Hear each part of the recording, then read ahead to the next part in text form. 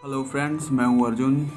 इस वीडियो में हम बात करेंगे स्केचिंग के बारे में। तो कोई स्केच कैसे बनाते हैं मैं आपको एक्सप्लेन करूंगा इसमें। और कोई भी स्केच ले लो, जैसे भी ये स्केच है तो ये मैंने रेफरेंस चूज़ की है अभी। तो इसको देखते हैं बना के किस तरीके से बना सकते हैं। ठीक है, पहले इस फिगर का जो प्रोपोर्शन है पूरा कंप्लीट वो कैसा है वो आप देखो। और पहले हेड की स्टडी जो उसका एंगल है उसको ले रहे हैं, मतलब एक आसान तरीका ये है। तो आपको आउटलाइन पे ध्यान देना है स्टार्टिंग पे कि कौन सी लाइन किधर जा रही है। और जैसे इसकी गर्दन है तो इस तरीके से उसको बनाना है। तो इसी से सारी चीज़ें कंबाइन हो जाएंगी। अब हेड आपके पास आ गया है और उसी तरीके से आप सारी लाइनिंग को ड्रॉ कर सकते हैं देख के।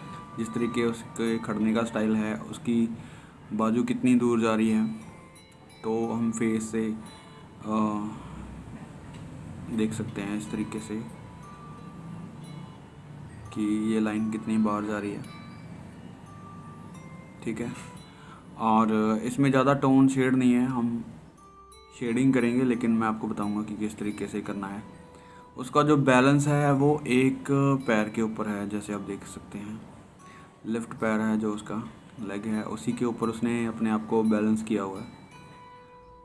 तो आप देखो कि अब जो ऊपर वाला टोर्सो है उसके हिसाब से उसका जो नीचे वाला पार्ट है, उसके पैर हैं पूरे, वो कितनी दूर तक आ रहे हैं। तो हर एक चीज़ को डिवाइड कर सकते हैं। जैसे इसके कमर पे कोई चीज़ बंधी हुई है तो उसका साइज़ क्या रहेगा, और उसका जो पैर है वो उसके हेड से कितना आगे है, मतलब पूरी बॉडी के कितना आगे उसने रखा हुआ है, ये वाली चीज़। और आप देख सकते हैं कि फिगर को जो बैलेंस करती है चीज़ वो कहाँ पे रुकी है। उसका ये वाला पैर उसको बैलेंस कर रहा है। ठीक है, तो उसी को बेस लिया है उसने और हम इसको बैलेंस करते हैं फिगर को। कई बार क्या होता है, हम फिगर्स बनाते हैं और हमसे टेढ़ी बनती है, बैलेंस नहीं होती। ठीक है, मतलब जो उसका वेट होता है वो किस साइड जा रहा है और ऊपर वाली जो बॉडी है वो किसी और साइड जा रही है। मतलब इस तरीके से उसको नहीं करना। आपने देखना है कि पूरी बॉडी जो है उसका बेस जो है वो किस तरफ जा रहा है, उसने अपने आप को कैसे खड़ा किया हुआ है। जैसे हम यहाँ पे बना रहे हैं तो इसका ये बेस है जो एक पैर के ऊपर है, ये दूसरा पैर है जो थोड़ा सा आगे है, तो इसके ऊपर उसका वेट नहीं है मतलब। तो ये उसके जो बॉडी है उसकी पूरी, उसकी जो शेप है वो इस तरीके से है जो अभी मैंने ड्रॉ की है। उसके बाद कुछ डिज़ाइनिंग है, कुछ फोल्ड हैं कपड़े के, किस तरीके से उसको मैनेज किया हुआ है। अब एक और फिगर है उसके पास जो साइड पे है, तो इसी फिगर को लेके हम उसकी ड्राइंग बना सकते हैं कि कितनी बड़ी, कितनी हाइट उसकी बन रही है। ठीक है, तो नीचे से और सेंटर में, और उसकी जो बिल्कुल हाइट है या उसके पास जो भी ये ढाल यहाँ पे है, तो मतलब एक टिक जो है वो हम एक बार लगा लेते हैं कि हमारी जो फिगर है वो कहाँ तक आ रही है, मतलब निशानियाँ लगा लेते हैं।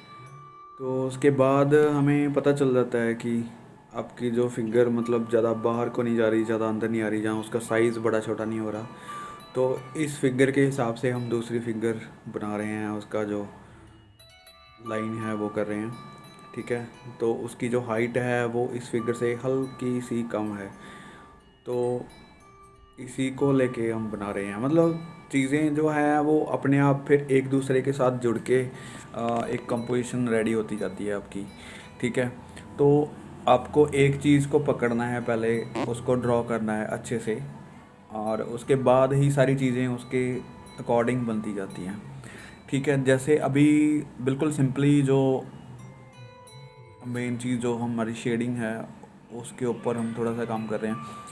हम ज़्यादा टोन से या शेडिंग ज़्यादा नहीं देंगे, एक टोन या दो टोन में काम करके मैं आपको बताता हूँ कि हम सिंपल एक स्केच रेंडरिंग में कैसे बना सकते हैं। ठीक है, तो उसका जो कलर है वो बहुत डार्क कलर है, पर्शियन ब्लू कलर जो यूज़ किया हुआ है। तो हल्का सा यहाँ पे डिटेलिंग बहुत है, क्योंकि उसके जो पगड़ी के स्टाइल है बनने का, उसका जो मतलब फोल्ड है वो है। तो आप उसको हल्का सा रेंडरिंग में इस तरीके से दिखा सकते हैं कि उसको इफ़ेक्ट जो है उसका वो आपको लगे। ठीक है, बाकी जो चीज़ें हैं वो आप डार्क बना सकते हैं। आप ऐसे रेंडरिंग में फोल्ड में मतलब कंप्लीट कर सकते हैं। और मेन चीज़ जो है, जो आपका बेसिक जो ड्राइंग है आपकी, वो हिलनी नहीं चाहिए, वो कंप्लीट लगनी चाहिए, पता लगना चाहिए कि कहाँ पे कोई चीज़ बनी हुई है। ठीक है, तो अब जैसे पहले हमने मेज़रमेंट ली थी पूरी फिगर की, एक सिंपल ड्राइंग बनाई थी, उसके हिसाब से ही हम उसकी डिटेलिंग में आ रहे हैं। आप जो बेस लाइन है उसको मॉडिफाई करके, उसको हल्का सा हिला के, ठीक है, आप उसको इधर उधर करके लाइंस को, फोल्ड को, ठीक है, शार्प बना सकते हैं। मतलब पहले जो बेसिक लाइंस हैं हमारी वो बिल्कुल स्ट्रेट लाइन होती हैं, आप एक ज्योमेट्रिकल शेप बनाते हो फिगर की, उसके बाद उसके फोल्ड या फिर कहीं पे भी कोई कर्व आता है या फिर कोई राउंडेड आती है, उसकी तरीके से मतलब आप बना सकते हैं। और बहुत ही सिंपल है, क्योंकि एक बार जो बेस आपका बन जाता है तो उसके बाद आप कितनी भी डिटेलिंग में जा सकते हैं, कितनी भी ज़्यादा उसमें काम कर सकते हैं।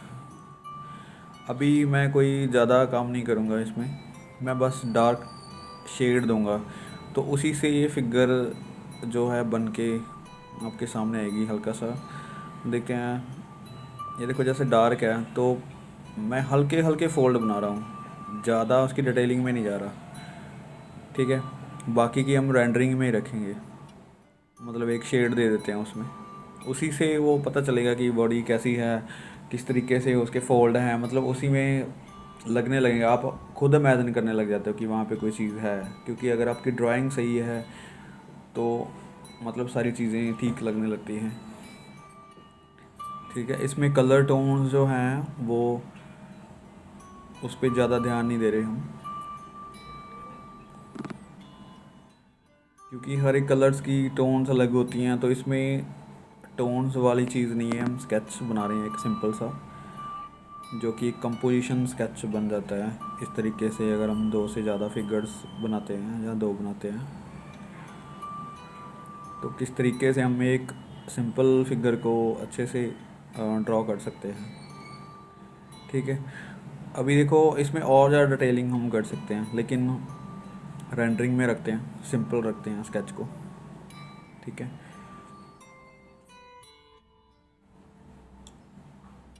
ये देखो मैं और डार्क कर दिया है यहाँ पे, सिर्फ रेंडरिंग सिंपली हल्की फुल्की शेडिंग जो हम करते हैं इसमें। और ज़्यादा कन्फ्यूज़न उस बात की हो जाती है जब आप एक ही चीज़ को लेकर सोचने लग जाते हैं कि जहाँ उसके अंदर कोई डिज़ाइनिंग बनी हुई है, या फिर उसकी हाईलाइट पे आप, जहाँ फिर उसकी फोल्डिंग बहुत ज़्यादा है कपड़े की, तो इस तरीके से यहाँ पे देखो मैं कोई ज़्यादा फोल्ड नहीं बना रहा, किसी चीज़ की मैं ज़्यादा ड्राइंग नहीं कर रहा, एक सिंपल सी रेंडरिंग जो सिर्फ टोन है एक, जिस तरीके से मैं फर्स्ट वीडियो में हमेशा बताता हूँ कि रेंडरिंग के हम टिप्स लेते हैं 1 2 3 4 5 6, मतलब ऐसे 3 4 शेड ले लो या इससे ज़्यादा ले लो जितनी आपकी पेंसिल डार्क चलती है, तो उसी के 2 पार्ट 3 पार्ट में हम एक स्केच बना सकते हैं, लाइट एंड डार्क दिखा सकते हैं, मतलब एक सिंपल सा स्केच। और ये देखो अभी पैरों के ऊपर जैसे काम कर रहे हैं तो एक सिंपली शेडिंग ही है, ज़्यादा काम नहीं किया हुआ, लेकिन उसका जो पैर है एक उधर वाली साइड है, आगे वाली साइड है, एक साइड पोज दे रहा है हमें। ठीक है, तो आपको एक एक चीज़ की स्टडी करनी पड़ेगी, मतलब पैरों की स्टडी करनी पड़ेगी, हाथों की स्टडी करनी पड़ेगी, बॉडीज़ के टोर्सो के एंगल्स आपको हल्के फुल्के ज्योमेट्रिकल ड्राइंग से आपको देखने पड़ेंगे, ताकि जब आप कोई भी स्केच बनाते हैं, किसी भी तरीके का बनाते हैं, तो वहाँ पे कोई दिक्कत ना हो, ऐसी कोई चीज़ ना हो जिसकी आपने स्टडी नहीं की। ठीक है, तो मेन चीज़ है अभी दूसरी फिगर, इसको हम हल्का लाइट रखेंगे क्योंकि दो चीज़ें होती हैं। एक तो आप बहुत ज़्यादा डिटेलिंग में काम करते हैं, एक स्केच कर रहे हैं, ठीक है। तो अभी जैसे हम स्केचिंग ही कर रहे हैं, तो आप जो दूर वाला फिगर है, जो आपसे दूर है, मतलब जो आपकी कंपोजिशन में दूर वाली फिगर है, तो आपको डिटेलिंग कम करनी होती है। जब आप कंप्लीट स्केच करते हो एक, तो वो वाला फ्रंट पे आ जाता है। जब आप किसी दूसरे फिगर पूरी कंपोजिशन बना रहे हैं, तो दूसरे फिगर्स की आप सिर्फ लाइनिंग लेते हो, कुछ की आप रेंडरिंग करते हो, कुछ को आप सिर्फ ड्रॉ करके छोड़ देते हो, ठीक है। आपने कंपोजिशन देखी होंगी। तो स्केचिंग में जो कंपोजिशन होती है उसमें भी एक पर्सपेक्टिव होता है, कलर नहीं होते, लेकिन स्केच में भी एक पर्सपेक्टिव जो होता है वो आपकी शेडिंग में भी होता है कि आप कितनी डिटेल कर रहे हो फ्रंट वाली फिगर में, और सेकंड फिगर में आप कितनी डिटेलिंग कर रहे हो। अभी देखो जो फ्रंट वाली फिगर है उसमें हमने हल्की सी डार्क और हल्की सी जो डिटेल दी है, ज़्यादा नहीं दी है। और जो साथ वाली फिगर है उसके ऊपर कम काम कर रहे हैं, ओनली रेंडरिंग, और उसकी जो लाइनिंग है वो कितनी बड़ी है, हल्का फुल्का, ठीक है। तो इस तरीके से हमने बनाना है कि आपकी जो फिगरेटिव जो कंपोजिशन है उसमें भी आपको पता चले कि दूर वाली फिगर्स है उसमें कितना काम करना है, जो नज़दीक वाली है उस पर कितना काम करना है, ठीक है। जो बिल्कुल फ्रंट वाली फिगर है तो उस पर हम डिटेलिंग और डार्क शेड्स और मतलब उसको तरीके से बनाते हैं, अच्छे से बनाते हैं, ठीक है। तो ये एक स्केचिंग की कंपोजिशन का जो मैं बता रहा हूँ इसमें, फिगरेटिव वर्क जो है वो इस तरीके से होता है कि एक बार आपने एक फिगर ले ली और उसी के अकॉर्डिंग ही सारी चीज़ें बनती जाती हैं। और इसमें जो मेन चीज़ है अभी फिगर में जो अभी कंप्लीट कर लेते हैं, मैं आपको बताता हूँ कि बैकग्राउंड में जो फिगर्स हैं उसको किस तरीके से ले सकते हैं, क्योंकि एक पूरी कंपोजिशन बन जाती है इस तरीके से। मतलब हल्का सा मैं इफेक्ट दूंगा इसको, पहले हल्की रेंडरिंग, इसमें देखो कलर टोन्स हैं लेकिन हम हल्का कर रहे हैं उसको, बिल्कुल हल्का स्केच कर रहे हैं इसका।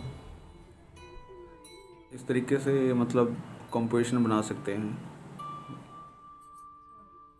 कितनी भी बड़ी पेंटिंग हो, कितना भी बड़ा स्केच हो, कंपोजिशन हो, तो आप एक चीज़ को लेके मैनेज कर सकते हैं। जैसे हम एक फिगर को उसका हेड ड्रॉ करके हेड से पूरी फिगर बना लेते हैं, ऐसे ही एक फिगर से उसको मेज़र करके और दूर वाली चीज़ें, नज़दीक वाली बिल्डिंग्स, बाकी की फिगर्स, ये उसके अकॉर्डिंग कर सकते हैं हम, ठीक है। हमें एक बेस मिल जाता है और एक स्केल मिल जाता है किस तरीके से हम कर सकते हैं, ठीक है। अभी देखो ये दो फिगर की होगी, यहाँ पे एक डिज़ाइन है, ये कितना बड़ा है ये दिखा सकते हैं हम यहाँ पे, ठीक है।